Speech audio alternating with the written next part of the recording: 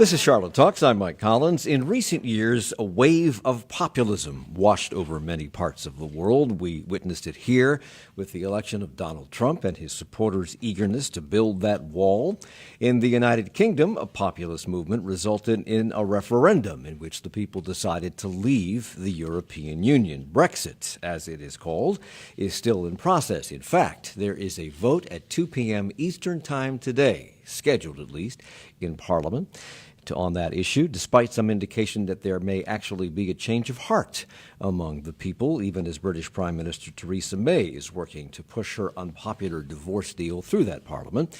Interestingly, she voted against Brexit, but feels it is the will of the people. Aside from the challenge and difficulty faced in breaking ties to the EU, there is the question of what happens once those ties are broken. It is one that is particularly concerning in the Republic of Ireland, where it is feared that Brexit may lead to the reinstitution of a hard border between them and Northern Ireland. The Republic will remain an EU member, while Northern Ireland will exit with the rest of the UK. These worries are exacerbated by the troubles both parts of Ireland faced for nearly 40 years, and which some fear may return with a resurrected border. With that as background, we spend this hour talking to Daniel Mulhall. He is the ambassador of Ireland to the United States, the 18th person to hold that post, one he assumed in 2017, and he is in our Spirit Square studios thanks to the Allegro Foundation. Welcome. Good morning to you. Nice to have you here. He speaks today at 1 o'clock at UNC Charlotte's Student Activities Center. It's open to the public. I think it's in Salon A. You can get information about that somewhere, probably at UNC Charlotte. And if you'd like to join our conversation, you can email us at charlottetalks@wfae.org or search for WFAE on Facebook. Get to us through Twitter at Charlotte Talks. Prior to your being posted to the United States, you were the ambassador to the United Kingdom. And while you were there, in that position, you campaigned against Brexit because you said it threatened to reverse decades of improving relations since peace was established. Theresa May, as I mentioned, the Prime Minister of Great Britain, voted against it, but people don't like the exit deal that she has cobbled together, and she's now warning the lawmakers in Parliament that their vote against that deal could derail Brexit if they don't approve her plan, and that would cause catastrophic harm, her words, to people's faith in politics. What's your take on that? If there's a change of heart, evidently a lot of people voted for Brexit and didn't realize what they were voting for. I was in London as ambassador during the lead up to and the aftermath to the 2016 referendum, and I traveled around the country mainly speaking to Irish community groups, but also I did a number of media interviews and gave a number of general speeches in which I made the point, look, it's a matter for you, British people, to decide what your future ought to be. But you ought to remember that British-Irish relations have never been better, and they could be affected negatively by leaving the EU. You ought to remember that Northern Ireland is now at peace after 40 years of violence. We've had 20 years of peace. That is something that's precious and should be preserved, and certainly the EU membership has been important in providing a context for that peace process. So I made it clear that I felt that there were risks in Brexit to British-Irish relations, to Ireland generally, but also to Northern Ireland, and the risk of some border controls having to be brought in because of Brexit. The Brexit vote by the British people, I believe it was a slim margin of victory, wasn't it? 52 to 48. Okay, 52 to 48. And evidently, as I said, a lot of people did not realize what it would mean. Some people didn't even know what it was. I went through a whole series of reading yesterday from the BBC, which was explaining to their viewers what it was. What it was, yeah. And what it would mean. A lot of people evidently weren't exposed to that. So now there's been this change of heart. And even Theresa May, who didn't want it, is pushing it through because, as she says, to renege on it now would be betraying the people. Well, is that true to you? Well, let me give you the Irish experience. We're quite different from Britain in the sense that we need to have a referendum whenever we need to change our constitution. So we've had them over the years repeatedly. And so Irish people are used to voting in referendums, and we have procedures for informing the public, and so on. Britain almost never has a referendum. It's a very rare thing indeed to have a referendum in Britain. I think there have been 3 in the last 100 years. One on the EU in 1975, one on changing their voting system about 10 years ago, and then the referendum on EU membership. So the other thing is that in Ireland, we have had a referendum on European treaties maybe 8 times in the last 40 years, because every time there's a new treaty, we have to ratify that treaty by referendum. Why? Because it means changing our constitution, because the constitution needs to be changed every time to allow Ireland to be part of the new treaty arrangements that are proposed in every new treaty. Now, on 2 occasions, the Irish people have voted no. In the case of a treaty about 20 years ago called the Nice Treaty, and a treaty about 10 years ago called the Lisbon Treaty, they voted no. And on those occasions, what the Irish government did was they talked to people. They had a procedure for discussing why did people vote no? What was the problem? And the problem usually was identifiable. There was something in the new treaty people didn't like. So we went about trying to adjust those elements, and then we had a second vote. And in each case, the second vote produced a decisive margin in favour of the new treaty. So for us at least, having a second referendum on a particular issue is not a major issue, because most Irish politicians are actually very favourable to EU membership. One of the problems in Britain is that there's always been an ambivalent attitude towards EU membership, and that's why holding a referendum on an EU topic in Britain was always going to be a risky venture. Why did they do it? They have an elected government of representatives to vote their conscience in representing the people that they serve in the various districts where these members of parliament come from. Why have a referendum? That's your job to make those decisions. And with regard to Ireland, having all these referenda, that's when you're voting on treaties, the arcane details of treaties. Yeah. How can the average person who's going to work in a factory? And that's always the problem with treaty referendums in Ireland, is that people say, I can't understand this, therefore I'm voting no. I'm voting no. And there's a huge effort required in informing the public. And I was involved as a civil servant, as a public servant. I was in charge of the European Union division in our foreign ministry, and I had my part of my job was to produce information for the public. And it's not easy, because you're trying to summarize hundreds of pages of detail into a short document that people might actually read over their cornflakes in the morning. So, and of course, when it comes to EU membership, most people across Europe don't understand how the European Union works. So you're trying to take people from very little knowledge to a point where they can make a very complex judgment about what's better for their country, to stay in or to leave. And of course the problem at the moment in Britain is that the people definitely voted to leave, but the British Parliament has to interpret what version of leave the people want, and that's what they can't agree on. So today, the version that's been negotiated, the arrangement negotiated by the British government, which we hope will pass, because we think it would be a good outcome for everyone. It's a compromise, if you like, and we think it would be a good outcome for Ireland and for Britain and for the European Union, because it would keep Britain quite closely connected with the European Union, which is what we want. But we don't know whether that will pass. In fact, the pundits, the experts, the journalists are predicting that it will not pass.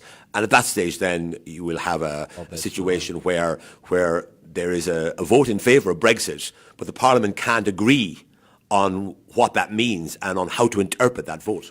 So I think I just heard you say there's a lot of people throughout the European Union who don't understand how it works. Is that what you're saying? There are probably a lot of people in America who don't understand the American system.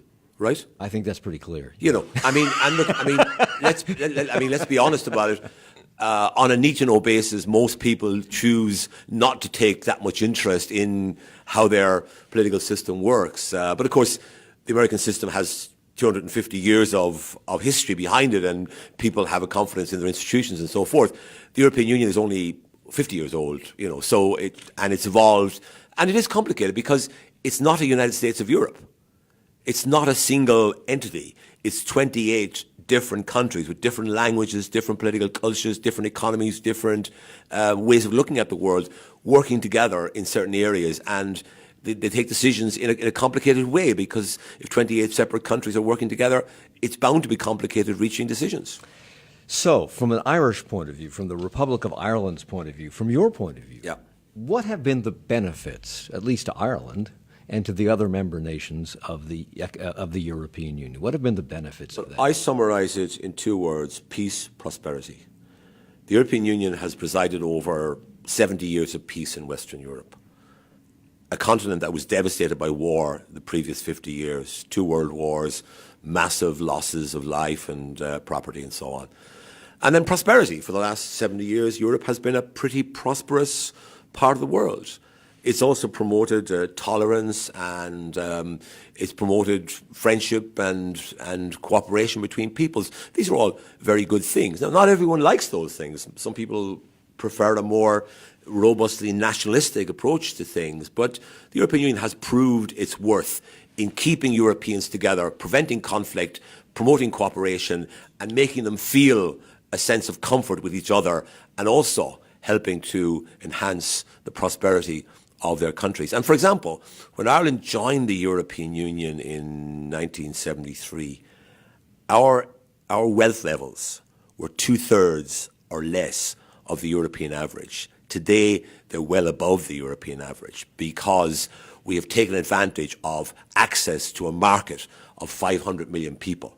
And American companies have come to invest in Ireland in order to have a base from which they can service that market of 500 million people. And that's the huge advantage to Ireland. It has transformed Ireland in so many ways. We used to be a nation of emigrants. Now we're a nation of immigrants. Do you know that 1 in 6 people today in Ireland were not born in Ireland? No.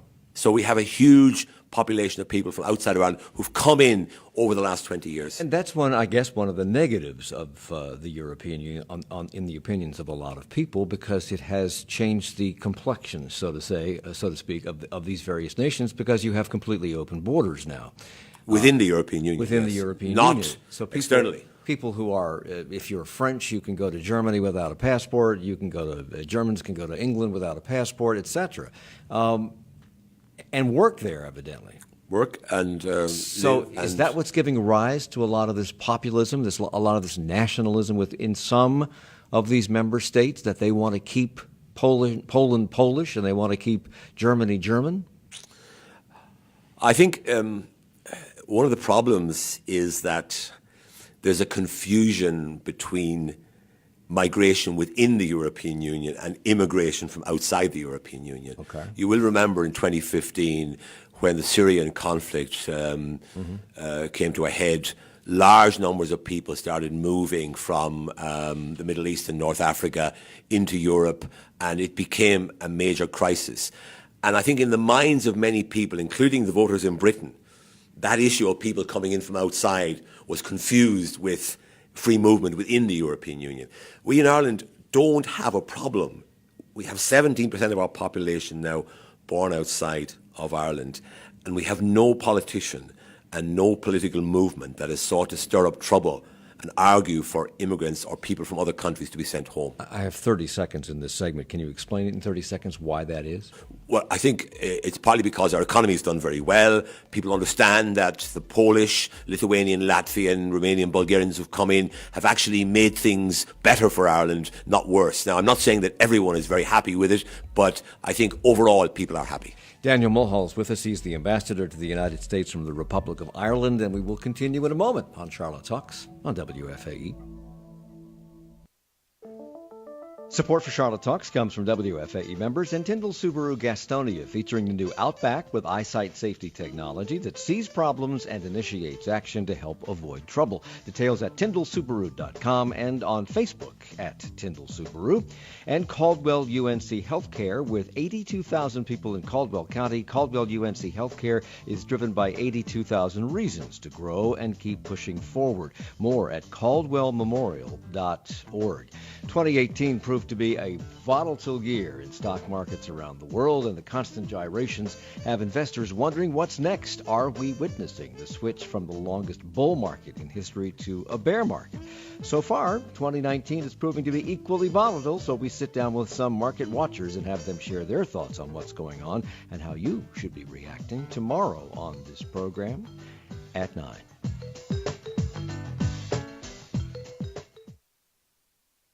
Los Angeles teachers are on strike. All sides agree they want smaller class sizes, more counselors, and better pay. But this huge school district and the union can't agree on how to fund it. Industrial action by educators was a big story last year, and some unions won big. I'm Joshua Johnson, The View from Southern California, next time on 1A. 1A coming up from 10 to noon, right after Charlotte Talks, on 90.7 WFAE, Charlotte's NPR news source. It's Charlotte Talks on listener-funded 90.7 WFAE and 90.3 WFHE. I'm Mike Collins. Daniel Mulhall is our guest. He's the Irish ambassador from the Republic of Ireland to the United States. How long have you been the ambassador? Since the summer? 15 months, the summer of 2017. What's going on in Europe with the European Union and with concerns over the changing of the culture in certain areas because of this cross-migration throughout the European Union and people coming in from the Middle East because of refugee situations? Do you see echoes of that, of concern, the kind of concern that has risen in Europe and in England about that? Within the United States, we have this desire on the part of many to build this border wall across our southern border. We have the tearing up of longstanding treaties like NAFTA. We have ourselves withdrawing from certain international cooperative agreements. Is that all part of the same thing, or is ours particular to just us? No, I think there's a there's a global phenomenon at the moment which seems to be reacting against globalization, I suppose, is the best way of describing it, that people feel uncomfortable.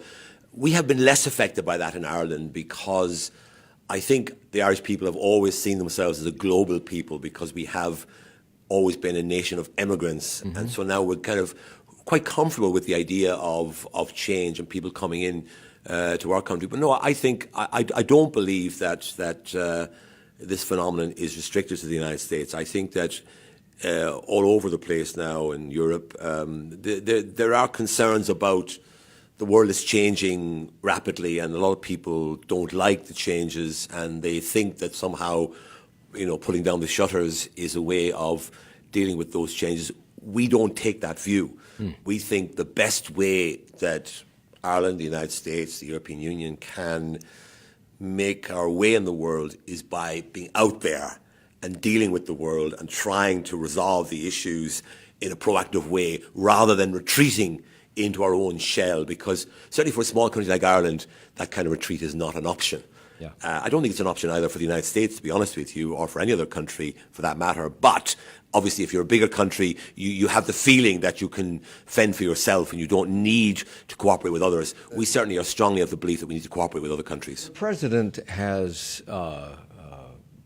talked many times about wanting to withdraw from NATO. He's pulled us out of the Paris Climate Accord. He is, in a tweet, decided to remove troops from Syria. We seem to be retreating from cooperation and leadership in the world. And we, from an American point of view, we keep being told by media sources and pundits and people in the know that America has to take the leadership position in the world, and if we don't, the vacuum will be filled and probably be filled by entities that we won't like very much. Do you see it that way? Does Europe see it that way? I think that, first of all, Ireland's not a member of NATO, but we're a very close friend of the United States, and we appreciate the role that the United States has played over the last 70 years, the post-war period. I mean, we didn't join NATO for reasons I won't go into now, but we're a neutral country. But we play a big part in the UN. Our troops are active in UN peacekeeping operations all over the world. So we do play our part, but we do it in a different way. Nonetheless, we recognize that the transatlantic structures of NATO and just general cooperation and friendship between Americans and Europeans have been vital in directing the world in a way that has benefited us and benefited the world generally. And we don't want to see the clock turn back to, say, a pre-First World War situation where great powers vied with each other and didn't cooperate and so on. So we're firmly of the view that working together, that Europeans and Americans have the same interests. We may not think that way all the time, but ultimately we have the same interests, and we have to work together to defend those interests. And that's why trade tensions between the US and the EU make no sense whatsoever. And these must not get out of hand, because if they do, it will damage both of our economies and both of our societies. Is this America First stance being felt yet? Are you seeing tangible changes in either our relationships or in the result of what have been long-standing relationships changing? Well, I obviously there are two things here. There's people say things in speeches and in other contexts, and then there are things that are done. I don't believe that anything has been done yet that represents a fundamental dismantling of the European-American alliance. And when I say alliance, I don't just mean NATO. I mean the general sort of recognition of Europeans and Americans that we have a lot in common and that we look to each other as the first supporters, first allies, and that we have shared interests and values that not everyone else in the world has themselves. So we have to defend those interests and values. So I think the transatlantic alliance, remains firmly intact. But obviously there are rumblings of discontent in various places, and as a country, as a small country, we actually have a stake in the current system, because it's allowed Ireland to advance as a country from being a very poor country 50 years ago to being now a fairly successful leading economy. And we want to try and continue to develop in the way we have over the last 40 years. You met with President Trump at the White House when you took over your ambassadorial duties from your predecessor. You met and dealt with a lot of world leaders, because you've been the ambassador to a lot of important countries over the years.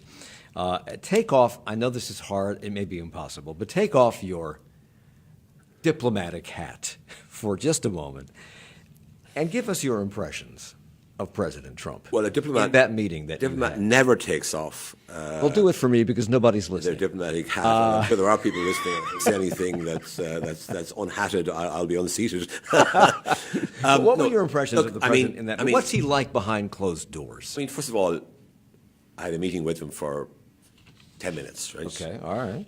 And Did anybody take notes?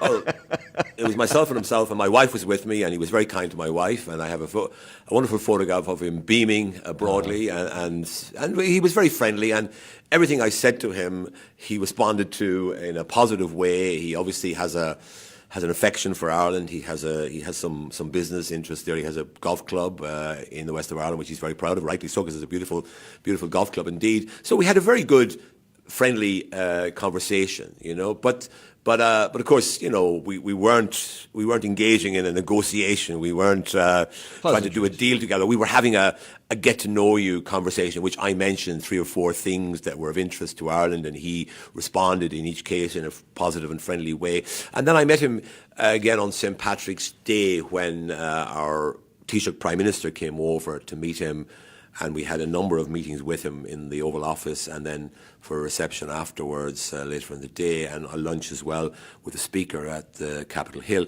And again, there, we spoke and we discussed all sorts of things, and I had a perfectly normal conversation with him. You see, I don't know what it was like before the present administration, because I came in to office under the present administration. So I have a range of people I talk to in the State Department and in the National Security Council, the White House, and so on, and the Treasury.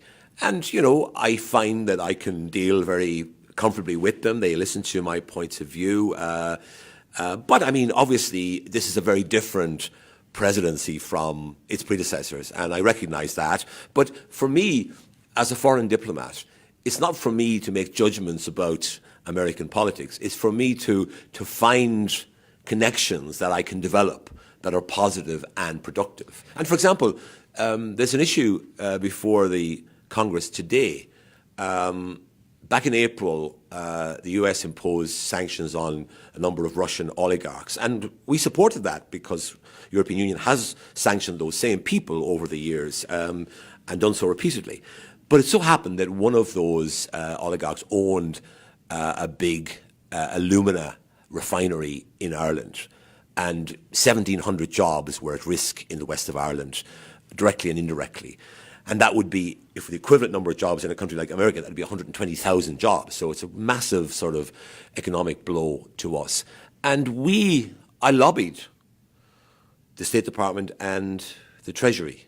And eventually, in December of this year, they actually came out with a proposal that punished the oligarch while not harming and not destroying jobs and prosperity in the west of Ireland. Now, the Congress has to review that, and there are those in Congress who think this has been done to benefit Russian oligarchs, whereas I'm saying to them, no, this is being done in response to arguments that we made. And so, in this case, the administration listens to the views of Ireland and other European countries who have similar situations where they happen to be owned by Russian oligarchs. And today, the Senate is debating this, and I'm hoping that the Senate will decide to confirm the lifting of those sanctions or the adjustment of the sanctions in order to accommodate the concerns of a country like Ireland and our European neighbours. Because the president, with some justification, has criticized American companies that put their headquarters operations in foreign countries to avoid taxes, and he's called Ireland a tax haven. He has not, actually. Other people have, but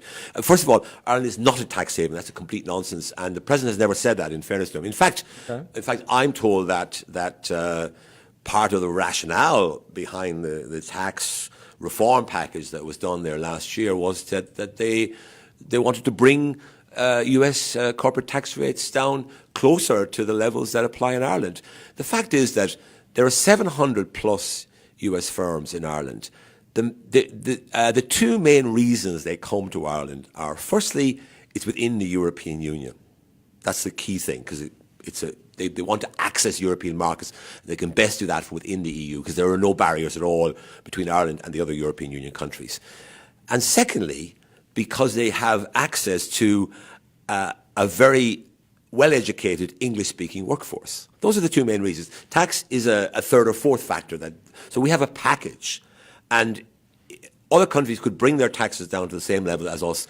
They wouldn't have the same success because they may not have the same other advantages like access to the European Union and also a very high-quality English-speaking workforce. And after Brexit, by the way, Ireland will become the only English-speaking country in the European Union. And we expect that more US companies will want to base themselves in Ireland in order to access the European market from Ireland. That's why I believe you called Brexit a game changer for Ireland. Yes. Because it puts you in the catbird seat. You become the conduit, the bridge between the United States and the European Union because of your proximity to the United States geographically, and also because you'll be the only English-speaking country in the EU. Why aren't you and the rest of Ireland just chomping at the bit for the Parliament to say, let's get out, the British Parliament to say, let's get out? No, we because overall, Brexit's a negative thing for Ireland. So we have to minimise the downsides, because remember that Britain is still a major trading partner for Ireland. So if our trade with Britain is disrupted because of Brexit, that's a negative for us. Now, there are compensations, and the biggest compensation is the fact that, for example, a Charlotte-based company, Bank of America, last year moved its European headquarters from London to Dublin because of Brexit. And there are other companies, other financial services companies in particular, who are planning to move parts of their operations to Ireland because Ireland will be within the Eurozone and within the European Union, and London will not be. So we benefit from that, from extra investment, but we lose out because of the loss of maybe trade with Britain, because trade with Britain becomes more complicated because Britain will no longer be within the European Union. And that's why for us, we're happy with the deal that's going through today. We hope that will succeed because that will avoid disrupting trade between Britain and Ireland, but it will still mean that there'll be advantages for Ireland in relation to being more attractive for U.S. investment in Ireland. Why is trade with Britain so important to Ireland when you have access to the entire European Union and you'll be the fulcrum of the relationship between the U.S. and the EU? Because of proximity. There's no doubt about it that trade, the main factor in trade is proximity. Okay. Two big U.S. trading partners are Canada and Mexico because of proximity. And the same is true with Britain. The key thing is that overall, only about 15% of our trade goes to Britain. So that's not overwhelmingly a problem. But if you look at certain sectors, for example, agriculture and food, a lot of Irish companies produce prepared foods for the British supermarket chains. And if that becomes more complicated, that's a serious problem for the Irish food industry. So it's not that across the board the effect may be minimal or maybe not too great, but in certain sectors, certain segments of our economy, it may be greater. And that's why we would prefer if Brexit weren't taking place. But if it has to take place, we hope it'll be a soft and a pragmatic Brexit that will keep Britain as closely aligned as possible to the European Union. I don't want to get too bogged down in British or Irish politics because I don't think anybody listening will understand it. But Good for them. But Northern Ireland, which is part of Britain, part of the UK, Northern Ireland's Democratic Unionist Party, Correct, is keeping British Prime Minister Theresa May pretty much in power in the Parliament. Right. Without their support, she'd be gone. And she's pushing Brexit, but from a very limited understanding of parliamentary machinations. The Democratic Unionists are joining with the Labour Party in Britain and others in opposition to her plan. Correct. They're supporting her on the one hand. Correct. They're opposing her on the other. Yes. Can you explain this to me? Well, the first thing to say is that Northern Ireland endured 30 years of violence between the late 60s and the mid-90s. Since 1998, Northern Ireland's been at peace. There's been very little violence and it's been a peaceful part of the world. The economy has developed greatly. It's really become a change place.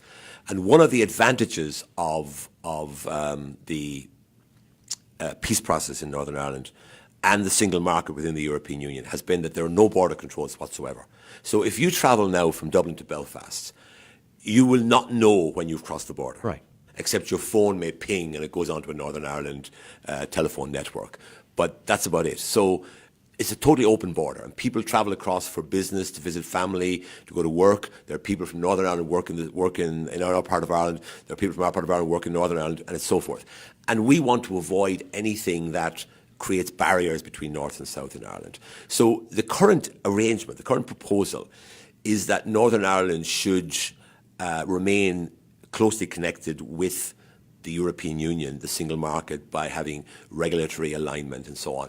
And also that on a temporary basis, the whole of the UK should remain within a customs union so that there'll be no customs controls required. And that's unpopular with many of the more fervent supporters of Brexit.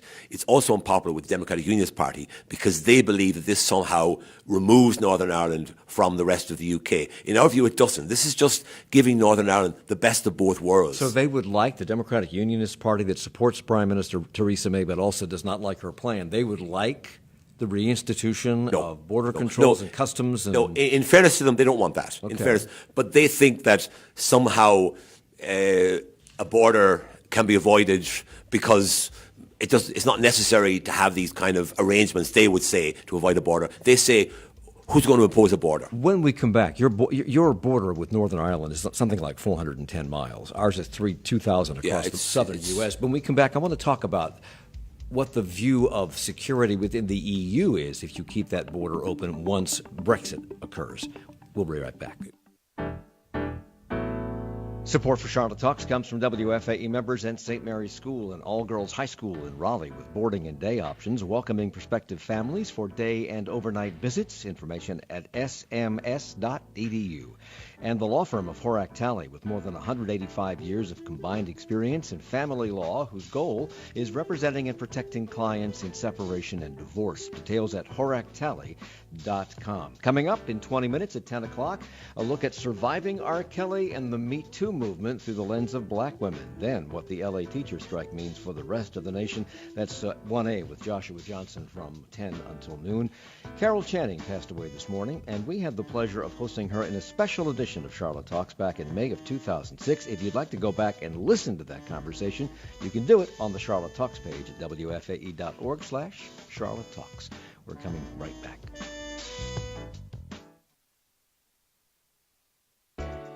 Sports, health, science fiction. What kind of podcast should WFAE produce next? Submit your idea to our Queen City PodQuest, the search for the next great podcast from the Charlotte area. You might just win a cash prize and a podcast development deal. Learn more and submit your idea by January 27th on WFAE.org/Queen City PodQuest. It's Charlotte Talks on WFAE and WFHE. I'm Mike Collins, and in advance of his appearance today at 1 o'clock at UNC on the main campus, UNC Charlotte on the main campus, Daniel Mulhall is our guest. He's the ambassador to the United States from the Republic of Ireland. So in the best of all possible worlds, you, Ireland, would like to see the border between the Republic of Ireland, which is the southern part of the island, and Northern Ireland to remain open the way it is now under the current arrangement with the EU, where it's just like those of us who live in North Carolina crossing into South Carolina. There's no border controls, no customs officials, no checking of passports. You'd like to see that remain if and when Britain actually makes the Brexit. How does the rest of the European Union feel about that? Because it seems to me, wouldn't that allow people to cross into, they come into Britain, and they would be able to cross into your country, which is part of the EU, unfettered, and they may not have papers to get into the rest of the European Union, but they'd be in, period. Yeah. Well, in theory, of course, the border in Ireland will become an international border. In other words, a border between the European Union and a non-European Union member state. So in theory, therefore, the European Union should be saying to Ireland, there's got to be a border on the island of Ireland. Right. They haven't done that because our European partners recognise the special circumstances in Northern Ireland. That there was a 30-year... But you're only as strong as your weakest link. Won't you become the weakest link in their protective security I would say that chain? our European partners are willing to make an exception for Northern Ireland. They're willing to... Is that smart? I think it's smart because they understand that in the overall scheme of things, protecting peace in Northern Ireland, maintaining good links between North and South in Ireland, that's more important than any fears they might have about security. Anyway, the border in Ireland has never really been a border that people worried about because for people from outside the EU to get into Northern Ireland means they have to get into Britain first, and that's not going to be that easy given the attitude towards immigration in Britain now and then coming to Northern Ireland. So I think our partners have taken a pragmatic position that ideally, they might say we need a border, but they've agreed to make special arrangements for Northern Ireland, and that's why really Northern Ireland should be very happy. In fact, most people in Northern Ireland are happy about this current deal because they realise it gives Northern Ireland the best of both worlds. They have total access to the European single market and also to the UK market, and they'll be the only place in Europe that will have that benefit. And that should be a big attraction for them in bringing in US investment into Northern Ireland, for example. There are a lot of people, it strikes me, listening to this conversation that were not alive, or certainly were not old enough to understand what was going on between Northern Ireland and the Republic of Ireland when the Troubles. Well, it wasn't between Northern Ireland and the rest of Ireland. It was essentially an internal Northern Ireland dispute. Okay. They don't remember that. They don't remember the violence. They don't remember Happily, the bombings. because it's been 20 years ago. So they don't remember the bombings. It was essentially terrorism that was going on. And they don't remember that. And it was almost every week you would hear about a pub blowing up or people in a department store being killed or whatever, young children being shot down in the streets, essentially. That all stopped in 1994. Because of the Good Friday Agreement. Yes, correct. Why do you think that a hardening of the border might bring that kind of violence back? Hasn't that been solved? Haven't the frictions that caused that in the first place been solved? The violence has gone away, but the tensions are still there. It's still a fragile political situation. And the risk is that if you introduce a hard border onto the island of Ireland, this will add to the fragility of the political settlement, and that you could have a spiral back towards violence. Now, I wouldn't predict that, and I would never say that will happen, but there's certainly a risk of it. And because of the risk, we've been very vigilant, and we've been very strong in saying we cannot take that risk. We must protect the agreement at all costs. And the British government agrees with that, and our European partners agree with it. The problem is how to achieve it in practice. And as I said earlier, the DUP don't want a hard border on the island of Ireland. Nobody does, but there's no agreement on how exactly you achieve that outcome. There are different views about how that can be done. You're a nation of, what, 4 million plus people? 4.7 million people? 5 million now, nearly. 4.9 million now. Yeah, our population's gone up dramatically in the last 20 years. And 18% of those people are 17% are born outside the States. Yeah. Okay, so they're immigrants. I was reading about this yesterday. I believe that you talked to the president briefly about immigration. I don't know whether you talked about your immigration or our immigration situation, but evidently there are a number of undocumented Irish. Correct. Living in the United States. We never hear about these people. We only hear about undocumented people coming from our southern border. Well, they're a tiny fraction. They wouldn't. Okay, but nonetheless, how did they get in? Why are they undocumented? Why are they? I suppose in the old days, in earlier times, people didn't emigrate to America. They were offered a job in a pub in New York or Boston, or they were offered a job on a building site by somebody that they had family connections with. They came over here.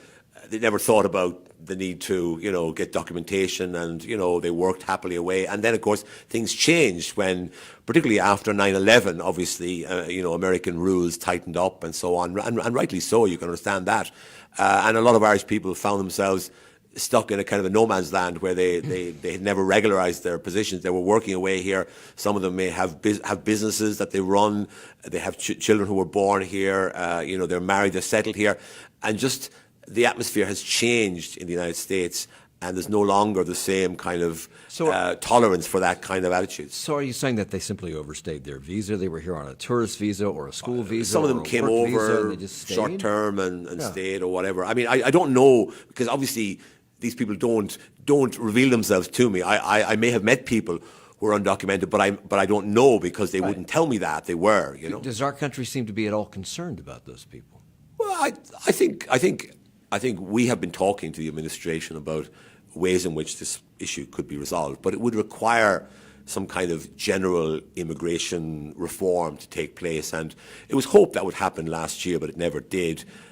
So we work away on it, because we realise that it's important to try and rectify the situation, because these people are all, they're taxpayers, they're actually pillars of your society here. It just so happens that some of them don't have the documentation that they require, and because the atmosphere has changed over the immigration issue over the years, it's getting more and more difficult for those people to continue to be here. Has it changed? I mean, we did a program with a family from South Africa who came here and did work for our military, work that only they could do.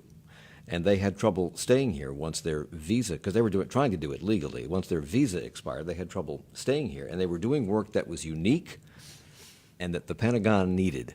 And still, they had to jump through hoops. But we never hear about undocumented Irish. We never hear about them, and there must be undocumented French, undocumented Germans here. Sure, there are. There are a small number of deportations every year. I think there were 30 last year. There were 20 the year before. So it's very small. The numbers are tiny, and there are also French people who are removed from the United States. There are people from all over the world. I see the figures.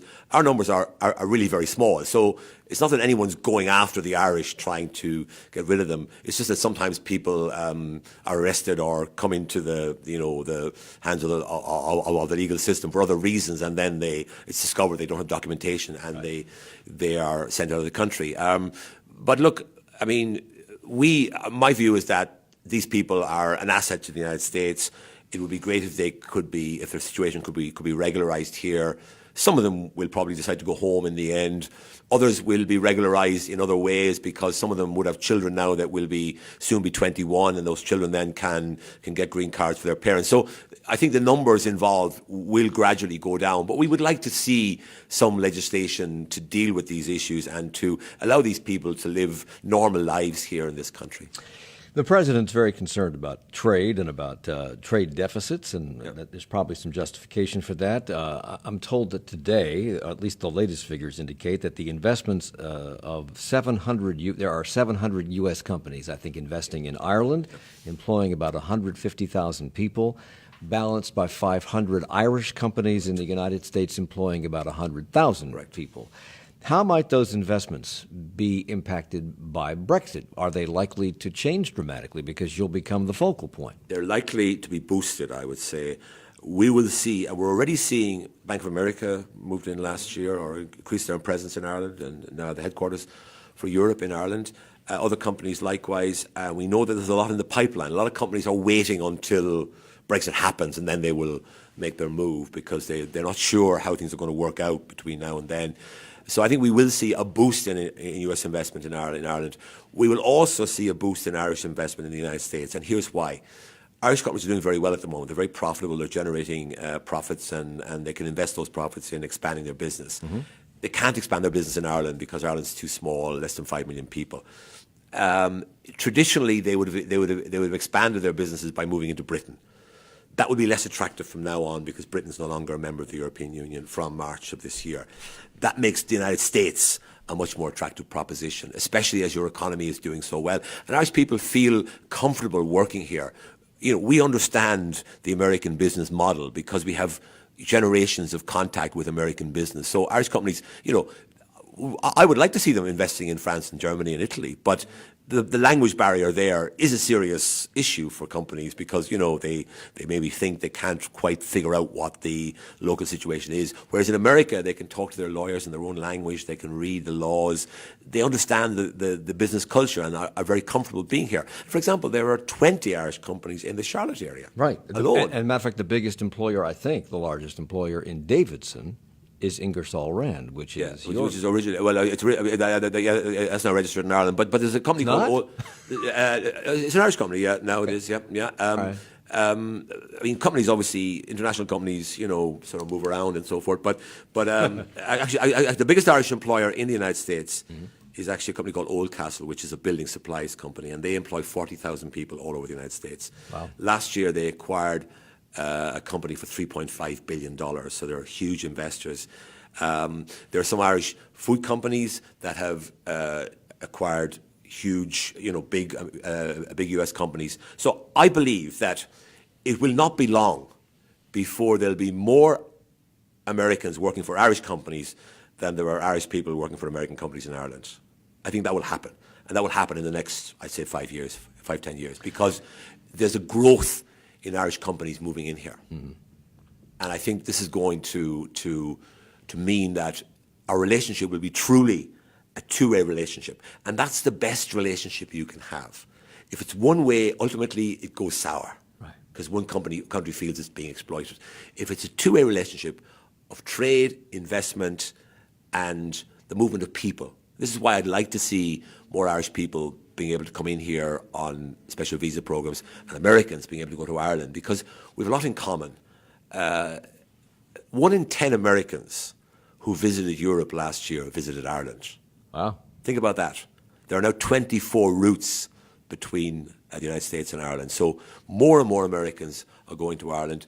They find Ireland comfortable because it's English speaking. It's a European country, clearly, but it's English speaking and it's familiar. Mm-hmm. And it offers people the European holiday without having to cope with cultural and linguistic difficulties. And at least in this part of the world, there's a lot of relatives of people living here who are Native Americans, who are not Native American Indians, but Native people who have ancestors have lived here since the 1600s, who came from Ireland, first from what is now Northern Ireland, and later in the 1800s from the southern part of Ireland. So there's probably 10% of your population here have an Irish heritage. There's an affinity. There is, yeah. And I've seen that already. I mean, the music, for example, Irish music came over here in the 19th century.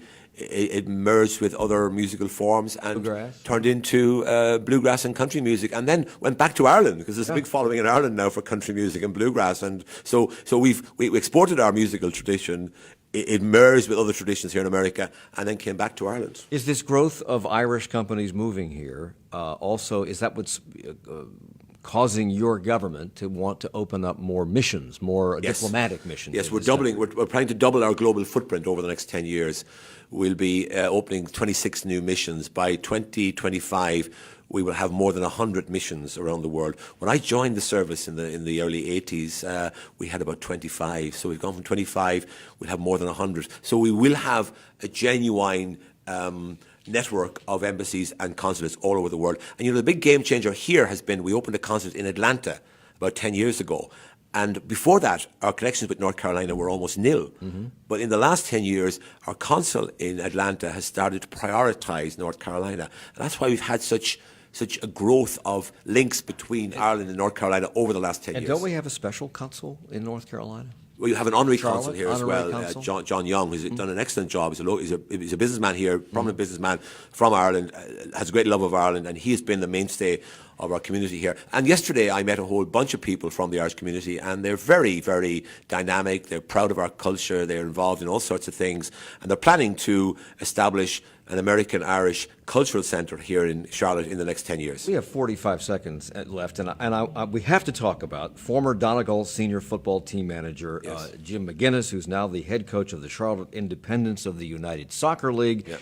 His distinction is that he was a very successful coach there, and he's going to be one here. One That's hopes. right. But it's two different kinds of football. He coached Gaelic football there, and he's coaching soccer here, which to us is not football. Yeah. So explain the difference in 15 Well, Gaelic football is 50-a-side game, and he was a legend of Gaelic football to such an extent that Glasgow Celtic Football Club, who are a major football club in Scotland, play in European leagues, they brought him over to Scotland. He was successful there. He went to China to coach in China, and now he's here in Charlotte. I met him yesterday, a wonderful man, and I predict great things for Charlotte independence. And by the way, the coming years are the centenary of Irish independence, so it's great to have an Irishman running Charlotte independence.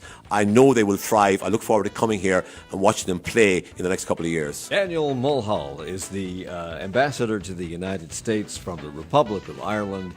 Thanks so much for the hour. Appreciate it. You're very welcome. Very welcome.